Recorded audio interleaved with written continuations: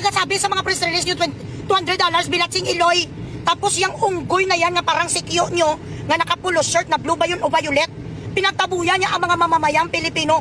Mga ang sahod nyo sa amin nang galing. Yung mga kababayan natin dyan na wala sahod, no work, no pay. Bilatsing Iloy, takdak, ayusin mo announcement mo. Sana punta ang ibang ang ibang pera. Di puta mga palaitot, bilatsing Iloy kayo. Bistado itong si Kakdak, mga kadunatics. Grabe, super sinungaling talaga itong mga sekretaris ng Pangulo, mga kadunatics. Can you imagine? Ang sabi pa nila sa report, 200 daw, mga kadunatics, ang ibinigay na ayuda. $200 ha? Every OFW doon sa Bahrain, mga kadunatics. Nako! Napag-alaman ng isang taga-Bahrain din na isang OFW natin, mga kadunatics, na sinungaling. 20 lang pala dirham, 20 dirham lang pala ang ibinigay, mga kadunatics. Ewan ko kung magkano yan sa peso, but surely not 200 USD. Napakasinungaling nitong si Kakdak. Okay. If I'm not mistaken, mga kadunatics, yung nakita nyo, I think siya din yung nag-akusa kay Arnel Ignacio na nagpatayo ng OFW lunch, mga kadunatics, na walang permit or walang abiso. Kaya nga, mga kadunatics, hindi natuloy yung OFW lunch na yon, at saka pinaalis itong si Arnel Ignacio. Ngayon, ang daming mga OFWs na gustong pabalikin si Ignacio kasi naramdaman nila yung concern ng DFA Secretary, mga kadunatics. Ngayon, wala eh. Wala talaga. Ngayon, etong OFW sa Bahrain, mga kadunatics, ibinisto yung kasinungalingan nila. At Mike Defensor at mga kasamahan, mga kadunatics, ang daming kadunatics natin ngayon sa Supreme Court. Live kasi ito eh. Ang dami. Sinugod ng Supreme Court, mga kadunatics. Eto, pakinggan natin. Ito si ate. Ayan. Shoutout dyan sa Embahada ng Pilipinas sa Bahrain. Upod kayo ng sinungaling ha, ikaw Kakdak. Anong pinagsasabi mo nga $200 or 75 Bahraini dinar? Ang pinamigay nyo doon sa mga kabayan ng mga Pilipino, bilatsing Iloy nyo 20. 20 lang ang nakuha nila, hindi ngayon makabili toothbrush. Ang bibili nila sa 20 pala, damo. Bakit kayo nagsasabi sa mga press release nyo, $200 bilatsing Iloy? Tapos yung unggoy na yan nga parang sikyo nyo, na nakapulo shirt na blue ba yun o violet, pinagtabuyan niya ang mga mamamayang Pilipino. Mga ang sahod nyo sa amin nang galing. Yung mga kababayan natin dyan na wala sahod, no work, no pay. Bilatsing Iloy, takdak, ayusin mo announcement mo. Sana punta ang ibang ang ibang pera. Di puta mga palaitot, bilatsing Iloy kayo. Grabe kung makapagsalita ito si Madam. Ay talagang, mga kadunatics, na alam na nyo naman ang nangyari, no? Nung isang araw, nag-viral yung mga OFW sa Bahrain, Philippine Embassy sa Bahrain, mga kadunatics, kasi pinagtabo yan. At mga kadunatics, walang tulong na ibinigay. Actually, yan sabi ng Philippine Embassy, walang pera, walang budget para sa tulong. Ay buti na lang, meron pala 200 yung in-announce, 20 lang yung nabigay, mga kadunatics.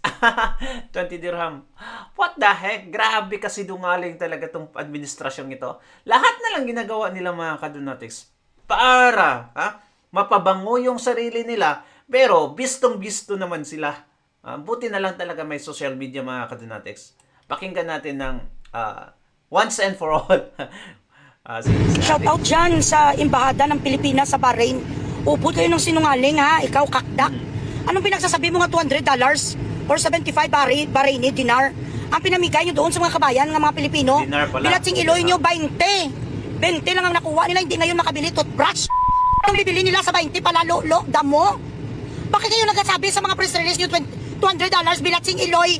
Tapos yung unggoy na yan nga parang sikyo nyo, nga nakapulo shirt na blue ba yun o violet, pinagtabuyan niya ang mga mamamayang Pilipino. Mga ang sahod nyo sa amin nang galing. Yung mga kababayan natin dyan na wala sahod, no work, no pay. Bilatsing Iloy, takdak, ayusin mo announcement mo. Sana punta ang ibang ang ibang pera. Di puta mga palaitot, bilatsing Iloy kayo. Grabe.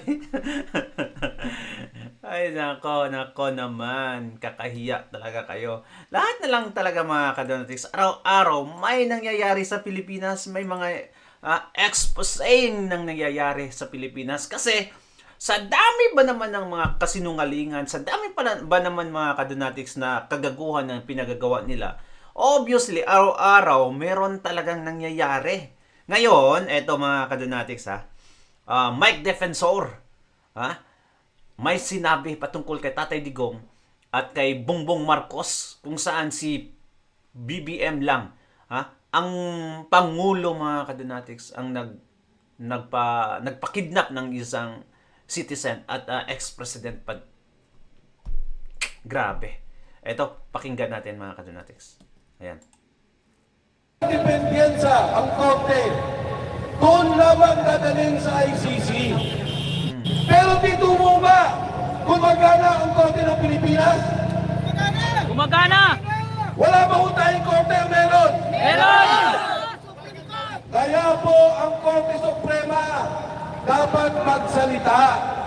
Dahil ang pagkakaresto ni Duterte ay sampal sa Korte Suprema. Sa Korte ng Bayan. Sampal sa batas ng Pilipinas. Mga kasama, noong lumabas si Sergeant Gutesa, sinabi niya na sa amin ang ICC. Sabi namin sa kanya, Sergeant Gutesa, siguro hindi panahon na banggitin mo ang ICC.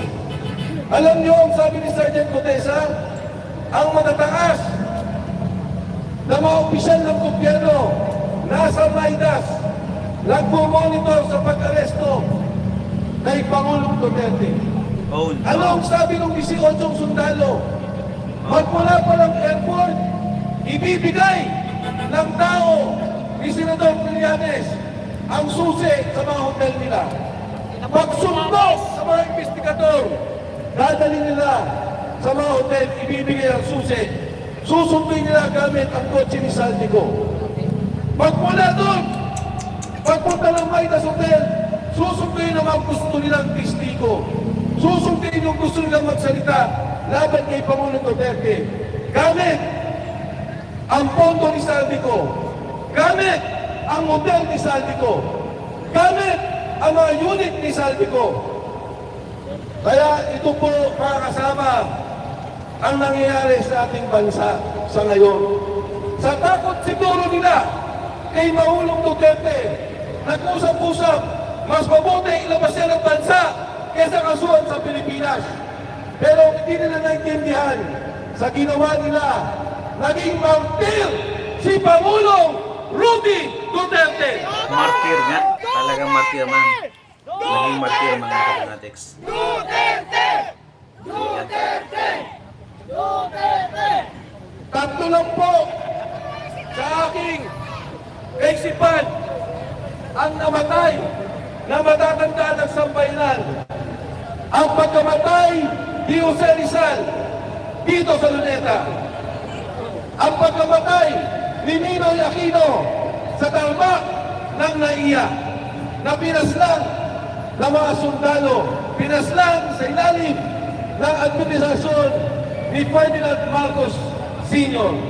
At ngayon, sa ating kasaysayan, pag namatay ang Pangulong Duterte sa The Hague, Netherlands, siya lang ang tanging Pangulo na kinidnap ng sarili niyang gobyerno.